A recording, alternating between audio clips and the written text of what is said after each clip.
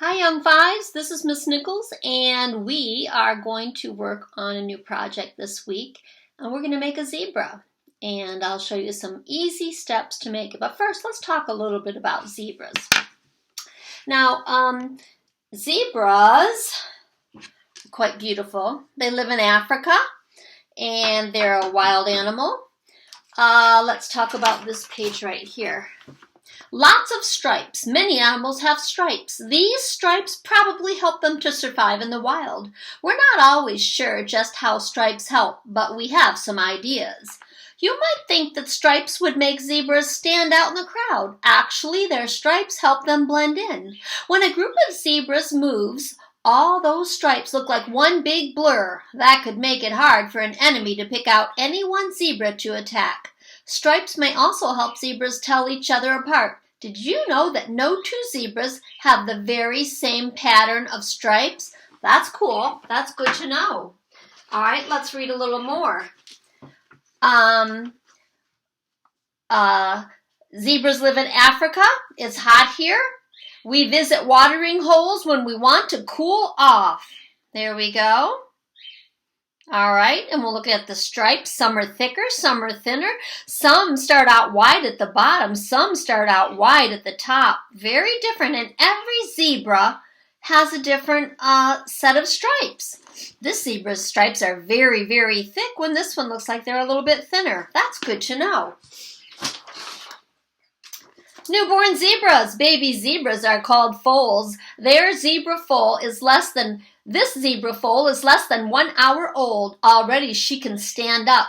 In a few more hours, she will be able to run and play. This baby zebra has stripes just like her mother and the other grown-ups. Very cool. All right, so let's talk about how we can make a zebra.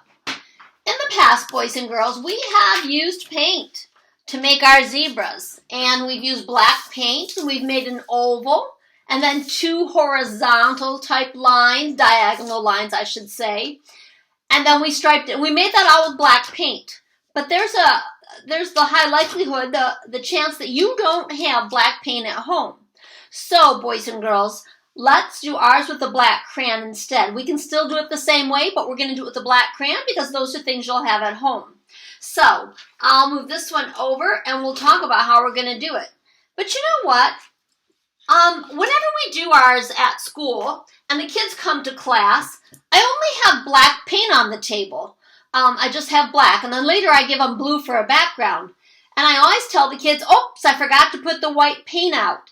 And then the kids will say to me, Miss Nichols, we can just use the paper. And they're right. So what we can do is, there's a thing called positive and negative space. We're going to draw our zebra with black.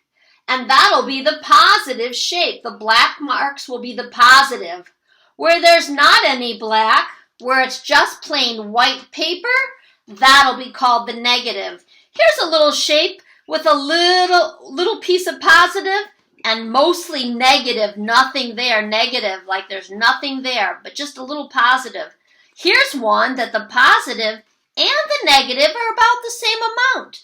And here's one with the most positive. It's got a lot of drawing of the black, and then it's got a little negative. Negative means empty space around there. So that's positive and negative. And that's what we're going to do to make our zebra. We're going to use positive and negative space. So let's get a piece of paper, and we can go right over this one, or we can move him over. We'll move him right here, and then we'll just draw next to him. Zebras are wonderful. I love to see them at the zoo, and you know they're from Africa on the savannah. Boys and girls, when you get to where you have your paper, it doesn't matter what size paper, you need to draw almost like a jelly bean shape right here, but you want to leave room for his ears. So I'm going to make that oval right here. Watch this, boys and girls. Make an oval, and that's going to be the head to my zebra, okay?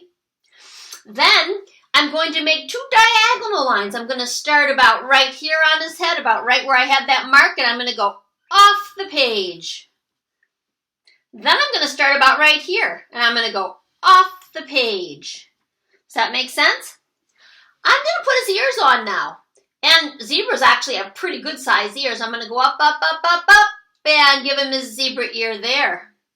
I'm going to go over here and go up, up, up, up, up. I don't really get a big one here, but I'm going to go right off the page like that. I'm going to put a space inside my zebra's ear, and I'll put a space inside here because I know that they're flappy ears and there's a darker part in the inside. Did you know that zebras' noses are black? Let's look at this little picture of a zebra. Oh, that's right. That is black. Huh. So what we need to do is go like this. Go to the end of your little jelly bean kind of shape oval and go and give it a wiggly black line like this. Then give him 2 breathing holes because zebras have little holes in their nose where they can breathe. You can see them on both sides there. So we're going to need to do that. Little shape there, little shape there. Did you know that zebras have hair? They have hair in the middle of their head like that. Right in between their 2 ears, they have some hair. So you should draw a little space in here like this with some bumpy hair. I know there's a line right there, but we're going to color that black, so that'll be okay. Draw that part in. Then, boys and girls, we're going to put eyes in. And I'm going to go about right here, and I'm going to go like this, round. I'm going to go over here, round. And then I'm going to take my crayon. See how that's really straight? I'm going to make it a little bit rounder.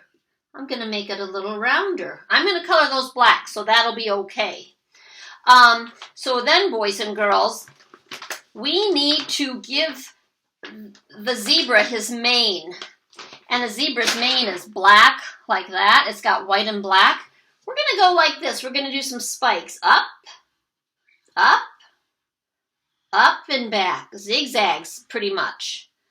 All right, till you go off the page. Okay? So, zebras also have some hair in between here. We're going to add that in just a little bit. Right now, we need to add the stripes on our zebra. We used to put the stripes this way when we painted, but when you really look at a zebra, they go straight down his head. So let's make some. Let's make one right here. Because we're going to want to color them in, we need to use 2 lines. I'll go make another one here. Maybe right here. Remember, you're going to want to color these in. Alrighty. And then you might have one that goes down by his eye like this. And one that goes to his eye. Remember, those are doubles. Over here, though, when you get to the side of the zebra's face, they go sideways. So I'm going to go like this and make some. There's one. There's one. I'm going to put a couple over here and a couple over here. We'll be coloring those in with our black crayon, those little lines that we made. That's why we gave each one 2, so that we could color them in. And we'll color those in just a minute, okay? We'll be coloring those in. We'll be coloring these stripes in that we put here. We'll be coloring this nose in. We can leave the nose holes open if you like. And so you'll do your best coloring, young fivers, and you'll color in the nose. Alrighty. And we'll finish that in just a second. The eyeballs, they're going to be nice and black. Make them really dark. And you know what I do? I leave a little white dot showing. I don't color all of it completely. You see that little white dot I left? If you make a little white dot, it will make him look more like he's looking out. Since we're not going to be able to show different colors in his eyes because his eyes are really, really dark, we're going to go like this and leave little dots for him to, little reflections where the light's hitting his eyes. So, does that make sense? All right, we can go and color his hair in with this black crayon. Using this positive, anywhere that we color in with black, we're filling in a positive shape. It's positively there. And the white shapes, where there won't be any black crayon, that's negative space. Negative sounds like no. Nope, there's nothing there. If you want to, I always do this, and I put a couple hairs like that. Okay? All right, so we need to go make our stripes on our zebra's neck. I'm going to make mine different because I know zebras can all have different stripes. I'm going to make it fat on the top and skinny here. And maybe this one is going to be fat on the bottom like this and skinny going up. So you go and decide, and maybe this one will just be sort of a regular one like that. This one might be really a big one on the top and it comes down to a skinny down at the bottom. Okay? And this one might be wider and it goes up skinny. Every zebra has different stripes. There's my stripes. These are what I'm going to color in. It's a pattern, boys and girls. White, black, white, black, white, black. It's a pattern. The white is our negative space, and everything that's black is our positive. Sometimes kids get mixed up, so they'll do this and they'll put a little dot of black on each place that needs to be colored black so they don't end up coloring the wrong thing. These have to be black. And I do those and those, okay? Sort of like a paint by number kind of thing. So, I won't have enough time to do all my coloring. But these are black as well. I'll do a little bit more to show you. We're going to add some more hair on his mane that comes down the back there.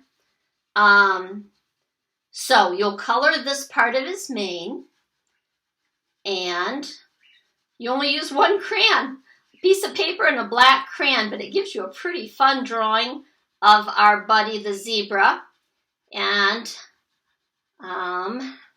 so at the end I do this. I take my crayon and I push sort of hard and I just make some wiggly hairs flying in here because actually some parts of his mane are white, and so I don't want it to be solid black.